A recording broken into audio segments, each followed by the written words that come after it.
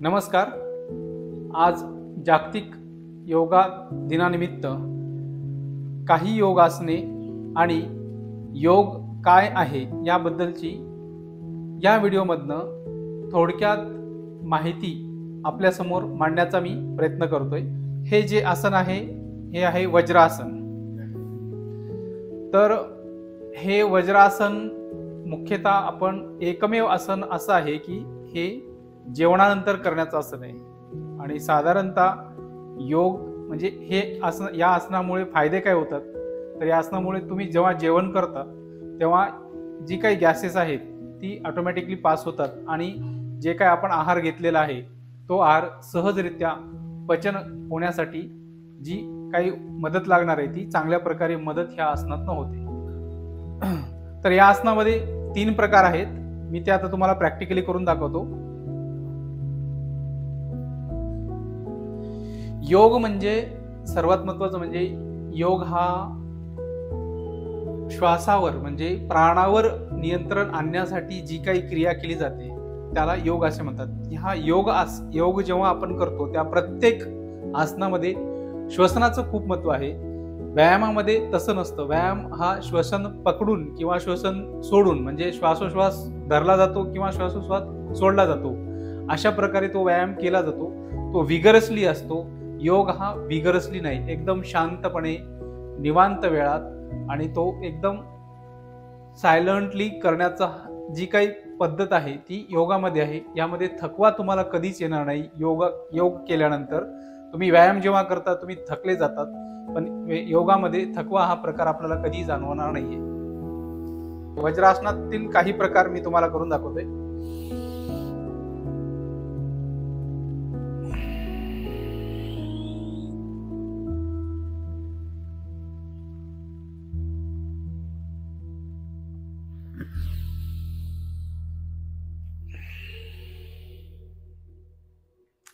जेव्हा आपण दोन्ही हात नमस्काराच्या स्वरूपात वर नेतो तेव्हा पूर्ण श्वास आतमध्ये भरलेला असतो आणि जेव्हा आपण खाली जातो तेव्हा हळू श्वास हा बाहेर सोडला जातो आणि परत खालून वर यायचं असेल तेव्हा परत श्वास भरला जातो आणि वर आल्यावरती तो श्वास हळूच सोडला जातो.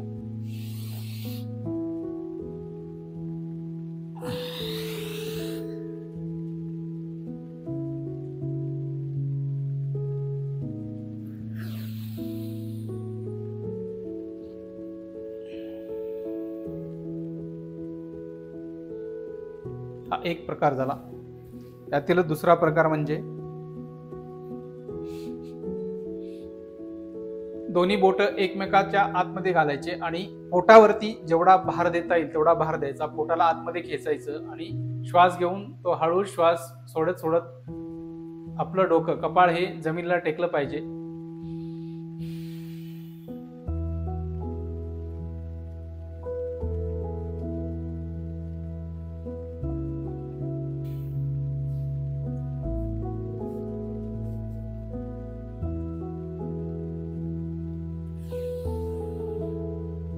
खांद्याचे शोल्डरसाठी जो काही आपण आसन करणार आहोत ते आसन ह्यामध्ये सुलट प्रक्रिया 3 ते 5 वेळेस आणि उलट प्रक्रिया 3 ते 5 वेळेस. खांदे आपले दोन्ही हात खांद्यावरती ठेवायचे आणि हे पूर्ण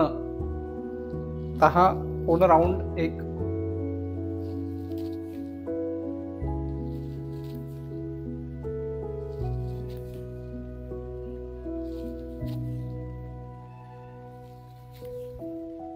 त्यानंतर उलट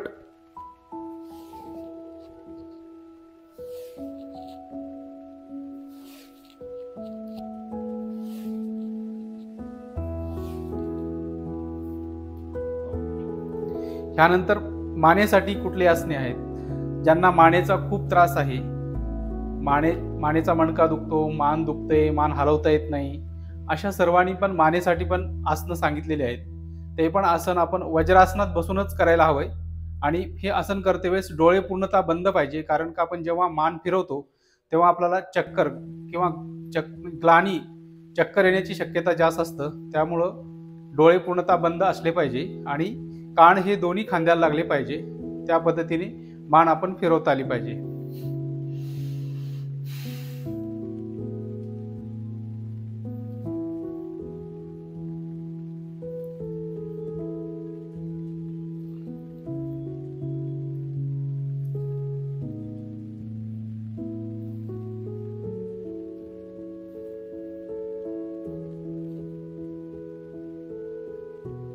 परत विरुद्ध दिशेने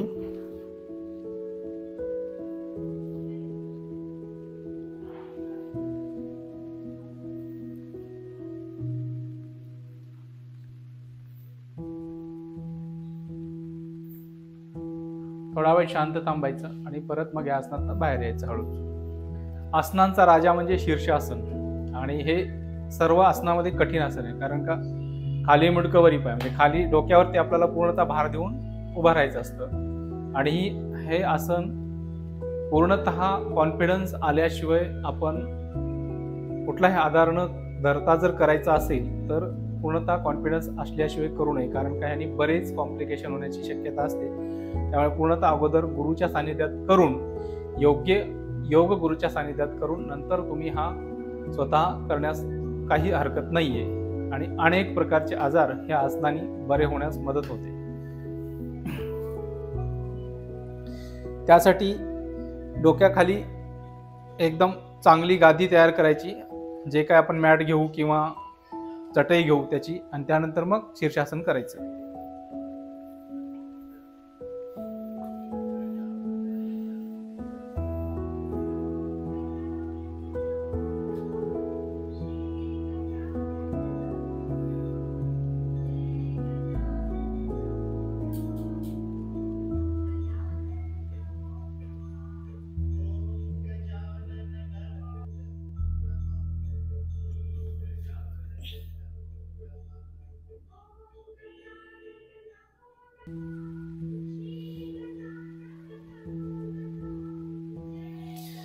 शीर्षासनातून बाहेर येते वेळेस डायरेक्ट आपण उभा राहायचं नाही किंवा बसायचं नाही. अगोदर पूर्णतः डोकं खाली असलं पाहिजे, त्यानंतर हळूच ते वर घ्यायचं. ब्लड फ्लो पूर्णतः डोक्याकडेला असतो, त्यामुळे नेत्राला धोका होण्याची शक्यता जास्त असते. त्यामुळे ती काळजी घेऊनच शीर्षासनात हळूच बाहेर यायचं. बघणार आहोत ते पायासाठी काय आसनं आहेत, म्हणजे पाय मोकळे करण्यासाठी. आपण स्टेप बाय स्टेप जाणार आहोत ते प्राणायामकडे, म्हणजे पद्मासन आणि पद्मासनानंतर प्राणायाम. त्यासाठी जी काही आसनं लागणार आहेत ते आपण हळूहळू स्टेप बाय स्टेप करत आहोत. त्यानंतर पायाची सायकल.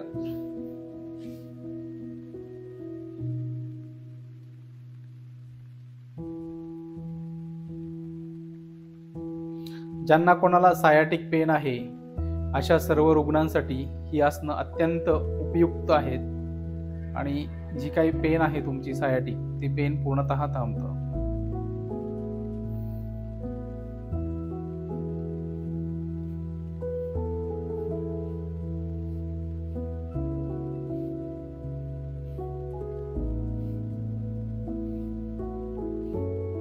त्यानंतर गुडघ्यांची आसनं. यामध्ये गुडघ्याच्या दोन्ही वाट्या वर ओढायच्या आणि सोडून द्यायच्या. पण अंगठ्याला अंगठा हा लॉक असला पाहिजे आणि टाचेला टाची लॉक असली पाहिजे आपली, त्याशिवाय हे आसन करता येणार नाही.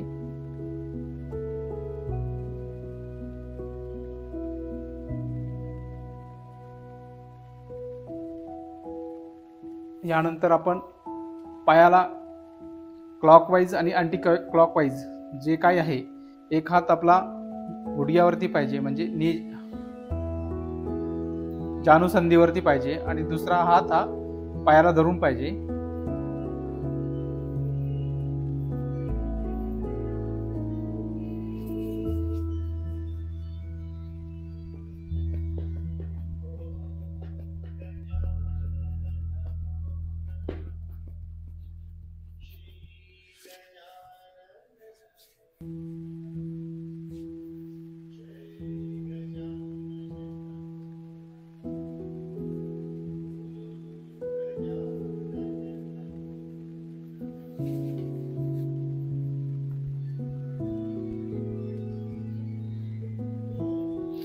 ह्यामध्ये पाय हा आपला इथे लॉक, टाच ही जांघेमध्ये लॉक झाली पाहिजे आणि जानुसंधी हा मोहेबल असला पाहिजे आणि पाय आपला वर छातीला आणि खाली जमिनीला लागला पाहिजे हे आसन करते वेळेस. आपले दोन्ही पाय मोकळे झाले आहेत. आपल्याला आता बटरफ्लाय करायचंय.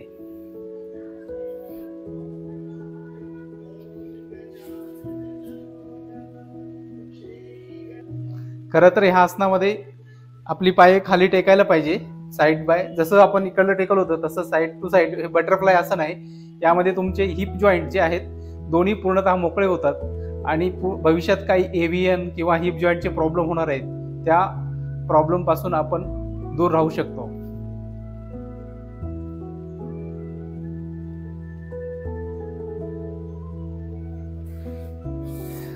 यानंतर आहे पद्मासन. त्यालाच आपण सुखासन असं पण म्हणतो. आणि ही आसन हे सर्व साधनेसाठी उपयुक्त असलेलं आसन म्हणजे पद्मासन.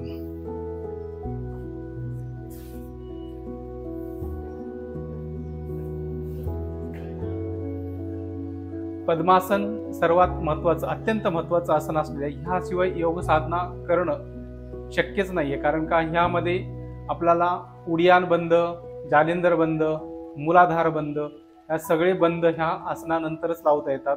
हे जर आसन करता आलं नाही, म्हणजे आपल्याला पद्मासनात जर बसता आलं नाही तर योग साधना ही करणं थोडंसं अशक्यच म्हणता येईल. अशा गोष्टी होऊ शकतात. त्यामुळे पद्मासन येणं हे अनिवार्य आहे. योग साधनेतील सर्वात अत्यंत महत्वाचं असलेलं आसन म्हणजे पद्मासन.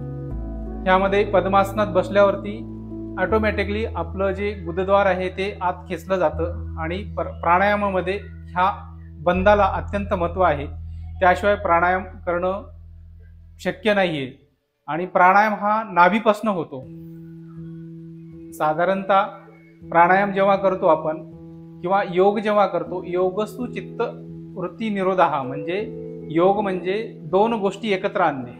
आपला जो आत्मा आहे तो परमात्म्याशी विलीन करणे किंवा परमात्म्याच्या जवळ जाण्यासाठी जो काही मार्ग आहे तो म्हणजे योग. यासाठी जे काही लागणाऱ्या गोष्टी आहेत त्यासाठी आहे ते आसन आहेत. या आसनात आपल्याला ती साधना करून समाधी अवस्थेपर्यंत जाता येतं आणि समाधीतनं पुढं मग आपल्याला ती अवस्था म्हणजे योगाची जी परमात्म्याशी जी विलीन होण्याची जी अवस्था आहे ती अवस्था प्राप्त होण्यास मदत होते.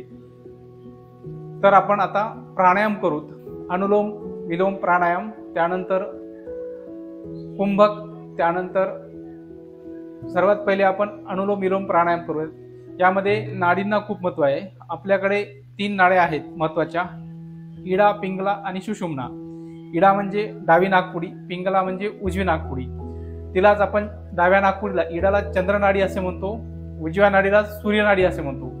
जेव्हा आणि सुषुम्ना ही नाडी म्हणजे कुंडलिनी जागृत करण्यासाठी जी आवश्यकता असते ती म्हणजे सुषुम्ना नाडीपासून नासिकापासून खाली नाभीपर्यंत जातं. नाभीतनं पूर्ण ही सायकल कंप्लीट होतं. नाभीमध्ये 72,000 नाड्यांचं उगमस्थान वर्णन केलेलं आहे आणि ह्या नाडीद्वारे आपण प्राणायाम आणि कुंडलिनी जागृती ह्या सर्व गोष्टीकडे जाण्याचे जे मार्ग आहेत हे अनेक वेगवेगळे मार्ग हे प्राणायामातून साध्य करतो आपण. त्यासाठी सुखासन म्हणजेच पद्मासनात बसणं अत्यंत आवश्यक आहे. आणि त्यानंतर तुमचं मूलाधार चक्र म्हणजे मूलस्थान जे आहे ते बंद व्हायलाच पाहिजे. त्यानंतरच तुम्ही प्राणायाम करू शकता. यामध्ये आपण आता पहिली प्रक्रिया प्राणायामाची अनुलोम विलोम करू. यामध्ये डावी नाकपुडिका बंद करून उजव्या नाकपुडिकेने 54 वेळेस कपालभाती करूयात. कपालभातीनंतर ही झाली एक कपालभाती. त्यानंतर उजवी नाकपुडिका बंद करून डाव्या नाकपुडिकेने 54 वेळेस कपालभाती आणि दोन्ही नाकपुडिकेने 108 वेळेस कपालभाती. असं पूर्ण सायकल ही कंप्लीट असायला पाहिजे. आणि जेव्हा आपण प्राणायाम करतो तेव्हा सुरुवातीचा जो अनुलोम विलोम आहे तीच रिदम ही शेवटच्या 54 वेळेस जे आहे ती मेंटेन झाली पाहिजे. तर तो प्राणायाम व्यवस्थित झाला आहे असं आपण समजू शकतो. प्राणायाम ही प्रक्रिया अशी आहे, यामध्ये ऑक्सिजन हा हाफ इनटेक केला जातो आणि जो काही कार्बन डायऑक्साईड आहे तो दुप्पट बाहेर म्हणजे श्वासोश्वास हा म्हणजे हाफ ही इनटेक असतं आणि 2 पट ही आउटपुट असतो त्यामध्ये.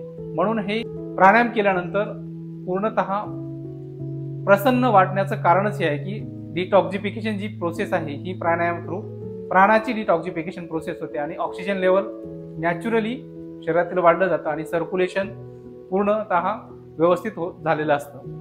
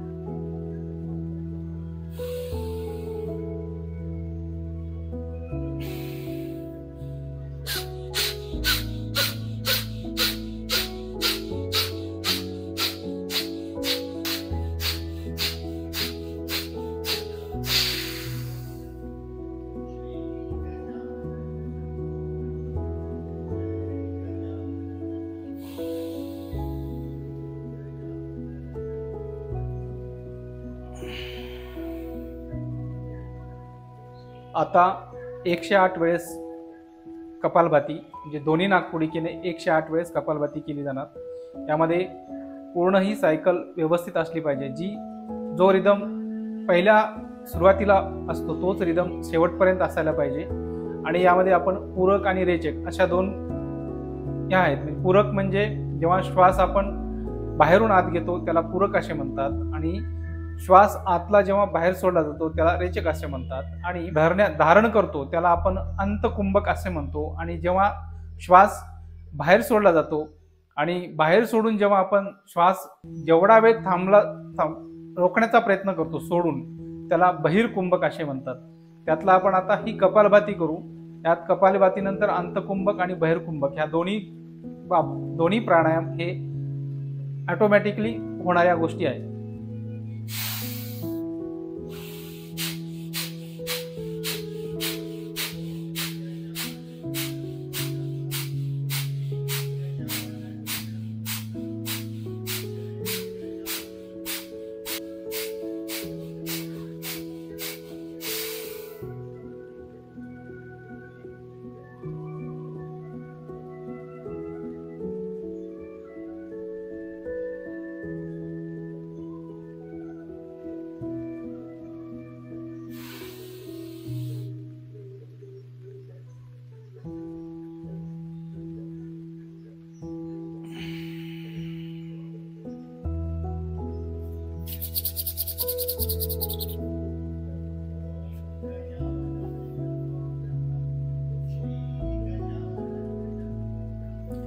जेव्हा आपण प्राणायामाच्या अवस्थेतून बाहेर येतो तेव्हा डायरेक्टली डोळे ओपन करायचे नाहीत, कारण का जी काही एनर्जी क्रिएट झालेली असते ती डायरेक्टली ओपन नाही करता हळूच दोन्ही हाताचं घर्षण करू, पूर्णतः डोळ्यावरनं चेहऱ्यावरनं हात फिरून नंतर तो हळूच डोळे ओपन केले पाहिजे। यानंतर आहे भस्त्रिका प्राणायाम, ज्यामध्ये भस्त्रिका याने म्हणजेच गाढव, जसं गाढव ओरडतं त्याचं एक खूप महत्त्व आहे। त्यामध्ये थायरॉइडचे ज्यांना प्रॉब्लेम आहेत ह्या सर्व थायरॉइडचे प्रॉब्लेमसाठी भस्त्रिका प्राणायाम, त्यानंतर ज्यांना स्वराचा प्रॉब्लेम म्हणजे आवाजाचे प्रॉब्लेम आहेत, आवाज बसलेला आहे, आवाज कंठातनं निघत नाही, अशा सर्वांसाठी अत्यंत उपयुक्त असलेला प्राणायाम म्हणजे भस्त्रिका प्राणायाम।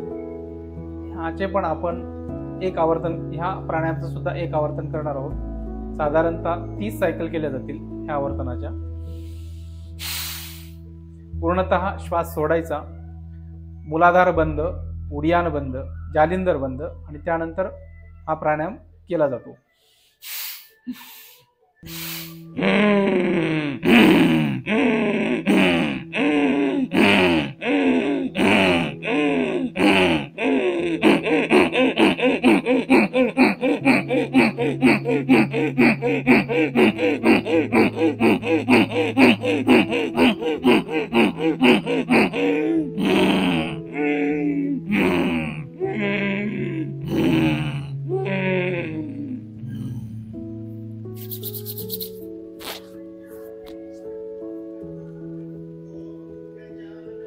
त्यामध्ये घशामध्ये घर्षण निर्माण होतं आणि कफाचं विलयन होतं, आणि जो काही उष्णता निर्माण झाली आहे ती आपला श्वास मोकळा करण्यासाठी, थायरॉइडचे प्रॉब्लेम्स कमी करण्यासाठी अत्यंत उपयुक्त असलेला प्राणायाम म्हणजे भस्त्रिका प्राणायाम। यानंतर भ्रमरी प्राणायाम, यामध्ये पूर्णतः नाडी बंद करायचं आणि भ्रमर म्हणजे भुंगा जसा आवाज करतो मी, तो आवाज पूर्ण मेंदूपर्यंत गेला पाहिजे, आणि एकाग्रता लागण्यासाठी म्हणजे ध्यानाची जी अवस्था आहे ती आणण्यासाठी अत्यंत उपयुक्त असणारा प्राणायाम म्हणजे भ्रामरी प्राणायाम। यामध्ये कानात अंगठे घालायचे, नाक बंद, तोंड बंद, या सर्व पूर्णतः जे काही द्वार आहेत आपले ऊर्ध्वगत द्वार ते पूर्ण बंद करायचे, आणि ओंकाराचा जो काही ओंकार आहे ते आतल्या आत म्हणजे पूर्णतः ब्रह्मामध्ये म्हणजे ब्रह्मरंध्रापर्यंत गेलं पाहिजे, अशा प्रकारे जो काही तो भ्रामरी प्राणायाम पण ओंकारातून केला जातो हा। पहिले आपण 3 ओंकार घेऊ, त्यानंतर भ्रामरीच घेऊ, त्यानंतर मग ओंकार घेऊ। ओम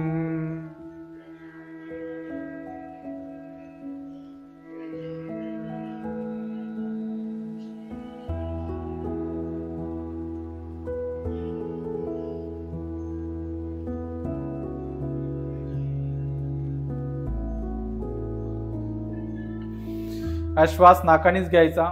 ओंकाराचा जो जप आहे तो पूर्ण मेंदूपर्यंत गेला पाहिजे. अशा प्रकारे जो काही भुंगा आवाज करतो भू, तो आवाज हा पूर्णतः स्टिम्युलेशन करण्यासाठी, मेंदूला स्टिम्युलेशन करण्यासाठी अत्यंत उपयुक्त असलेला हा प्राणायाम म्हणजे भ्रामरी प्राणायाम. यानंतर आपण 3 ओंकार करू. 3 ओंकारानंतर 1 मिनिटाचं ध्यान. ध्यानातून बाहेर येण्यासाठी परत 2 ओंकार. श्वास घ्यायचा, त्याला अंतरकुंभक म्हणणार, आणि हळूच ओंकारातनं बाहेर सोडायचा. नाकावाटे श्वास घ्यायचा आणि तोंडावाटे ओंकारातनं तो हळूच सोडायचा. ओंकाराचे 3 प्रकार आहेत, आकार, उकार आणि मकार. हे तिन्ही प्रकार ओंकाराचे आहेत. ह्या तिन्ही प्रकारांनी ओंकार करायचा असतो.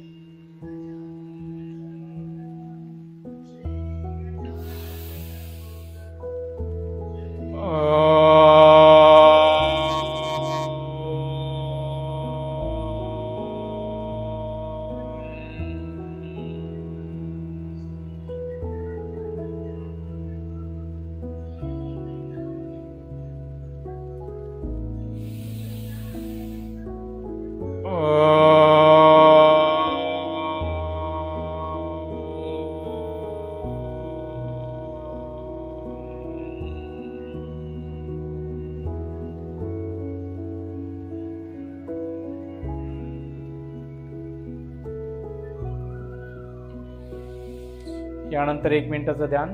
ध्यानामध्ये पूर्ण लक्ष श्वासावर केंद्रित करा. श्वास दोन्ही नाकपुडीकेतून येतो, सुषुम्ना नाडीतून नाभीपर्यंत जातो, नाभीतनं हळूच बाहेर पडतो, अशी कल्पना करायची.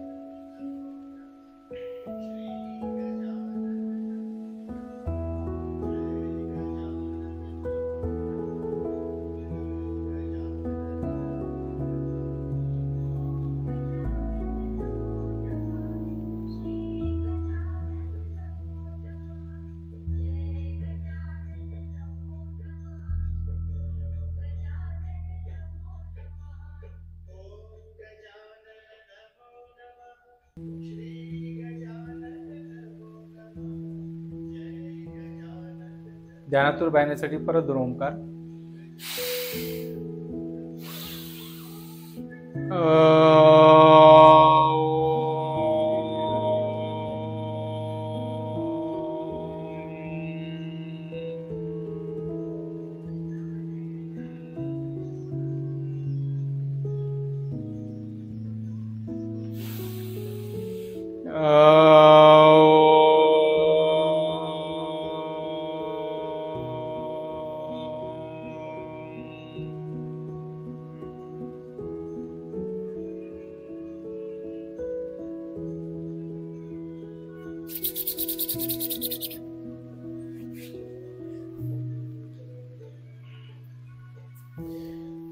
जेव्हा आपण प्राणायाम करतो तेव्हा आपण ज्ञानमुद्रेमध्ये असलं पाहिजे आणि आपली जी हाताची बोट आहेत ही गुडघ्याच्या आत म्हणजे जानुसंधीच्या आतमध्ये असली पाहिजे. जी काही एनर्जी आपण क्रिएट होते या पूर्ण योगामधनं ती ही शरीरात संचरित झाली पाहिजे. ती एनर्जी अर्थिंगद्वारे म्हणजे जमिनीचा स्पर्श होऊन ती बाहेर जाण्याची म्हणजे जमिनीत जाण्याची शक्यता जास्त असते. त्यामुळे जेव्हा केव्हा आपण योग करू तो आसनावरती बसूनच करायचा असतो. म्हणजे घोंगडी असेल किंवा कुठलंही एक आसन असेल म्हणजे बसण्यासाठी जे काही वापरतो आपण चटई असेल मॅट असेल त्यावरती बसून करावे, जे की जमिनीवरती डायरेक्ट बसून करू नये आणि मोकळ्या हवेत म्हणजे शक्यतो योग करू नये. कारण का जी एनर्जी क्रिएट करायची असते ती एनर्जी तेवढी एनर्जी आपल्याला मोकळ्या हवेतनं शक्यतो मिळणार आहे. अगदी बंद पण नाही पण अगदी मोकळ्या जागेत पण नाही. वेल व्हेंटिलेटेड जागा असेल अशा ठिकाणी योग हा करावा आणि कुठल्याही बंदिस्त रूम मध्ये किंवा एकदम मोकळ्या हवेमध्ये योग करू नये. यानंतर मी काही आसनं आणि त्यांचा आजाराशी असलेला संबंध त्याबद्दल माहिती सांगणार आहे. खरं तर आसने ही 84 लाख सांगितलेली आहे. 84 लाख योनी, त्या योनीनुसार आसने सांगितले, परंतु एवढं आत्ता ह्या काळात तरी शक्य नाही. 17व्या शतकामध्ये घेरंड संहिता आली, त्या अगोदर हट्ट प्रदीपिका योगातले संहिता आल्या आणि यानंतर मग हठयोग प्रदीपिकेनंतर 84 आसनं हे मुख्यतः आपण आता फॉलो करतो. योगा ही खरं तर ब्रह्ममुहूर्तावर करण्याची गोष्ट आहे. यानंतर आपण करणार आहोत मार्जर आसन. म्हणजे मांजर कसं करतं, त्यानंतर मांजराला जेव्हा कधी त्रास होतो, मांजर त्याप्रमाणे आसन करतं, त्याला आपण मार्जर आसन म्हणतो. हे आसन पाठीच्या मणक्यासाठी, कमरेच्या मणक्यासाठी अत्यंत उपयुक्त असलेलं आसन म्हणजे मार्जर आसन.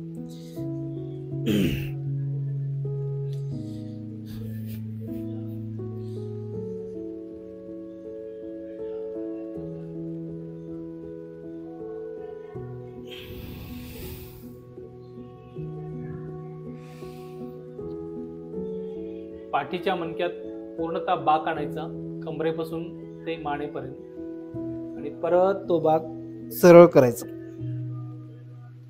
जो काही मणक्यात गॅप आलेला आहे तो भरण्यासाठी अत्यंत उपयुक्त असलेलं आसन म्हणजे हे मार्जर आसन.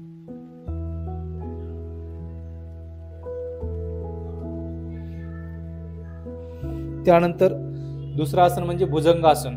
भुजंगासन हे सापावरून आलेलं आसन आहे. जेव्हा नाग फणा काढतो तेव्हा तो सरळ असा उभा होतो, त्याप्रमाणे आपण पण हे भुजंगासन करायचं. या आसनाने सुद्धा आपले मणक्याचे बरेच आजार ही बरे होण्यास मदत होते.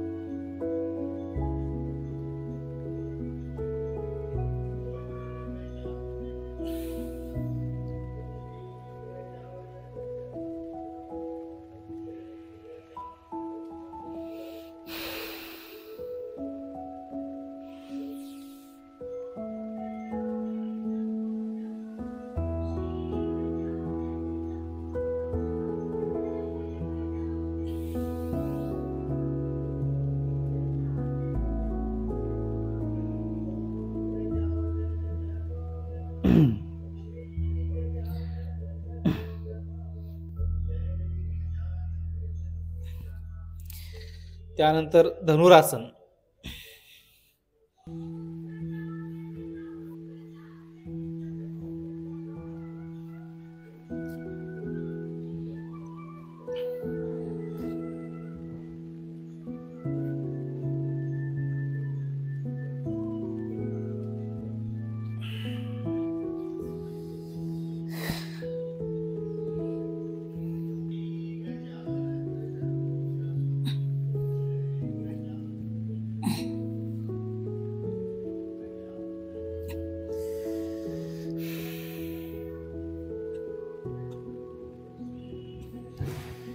त्यानंतर गोमुख आसन, जे की प्रमेयामध्ये म्हणजे डायबेटिक पेशंटला अत्यंत उपयुक्त असलेलं म्हणजे गोमुख आसन. गाय जशी बसते त्याला आपण गोमुख आसन असे म्हणतो.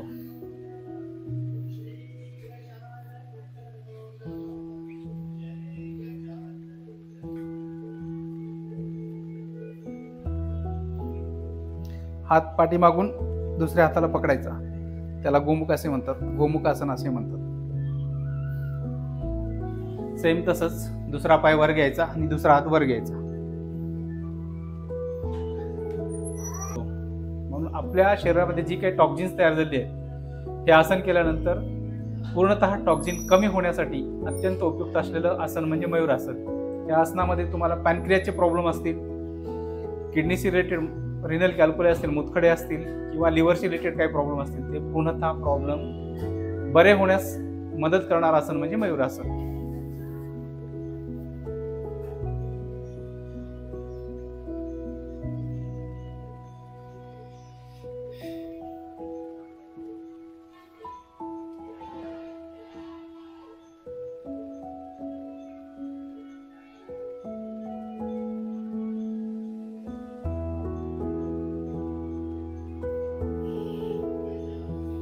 हे अत्यंत कठीण असलेलं आसन आहे.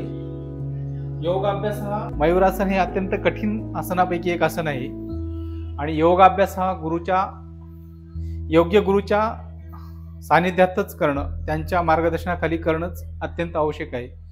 तुम्ही चुकीचं काही केलं तर त्याचे दुष्परिणाम पण तेवढ्याच प्रकारे आपल्याला दिसून येतील. त्यामुळे कुठलंही योगासन हे यूट्यूबवर बघून किंवा कोणाला फॉलो करून न करता ऑफलाईन गुरुच्या सानिध्यात करणं, तो शिकून घेऊन स्वतः नंतर केला तर ते अत्यंत प्रभावी उपयुक्त ठरण्याची शाश्वती खूप चांगल्या प्रकारे असते. ह्यानंतर सर्वांगासन.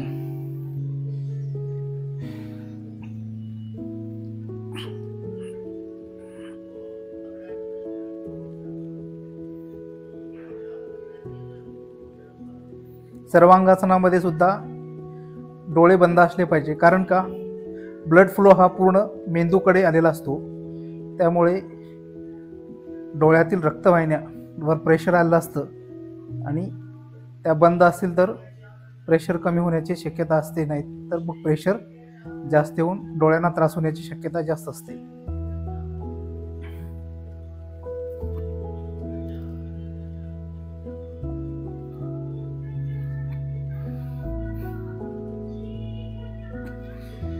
हळूच खाली यायचं.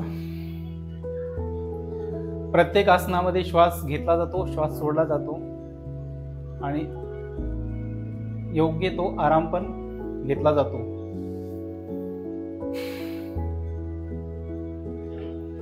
आपलं शरीर हे स्वतःला उचलता आलं पाहिजे, म्हणजे तो आपल्याला भार नकोय, तो एवढं लाईट असलं पाहिजे. तर हे सगळ्या गोष्टी आपण करत राहिलं तर आपलं शरीर हे आपल्याला उचलण्यासारखं असतं आणि तो भार सहजरित्या पेलावला पाहिजे. त्यासाठी हे आसन म्हणजे त्याची परीक्षा, आपलं शरीर आपल्यापेक्षा जड आहे का, त्यासाठी हे आसन.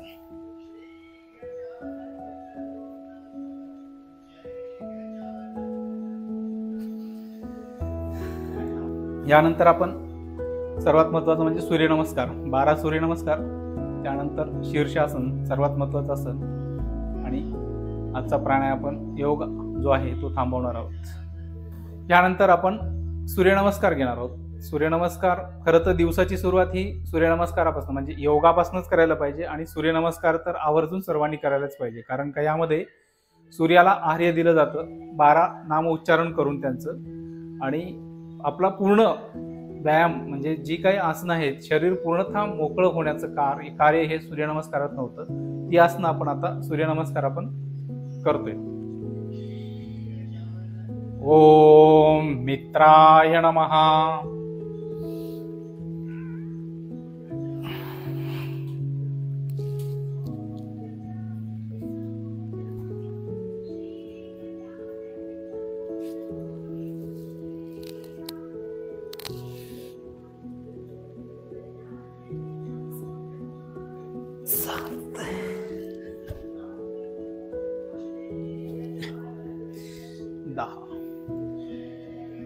ओम रवये नमः.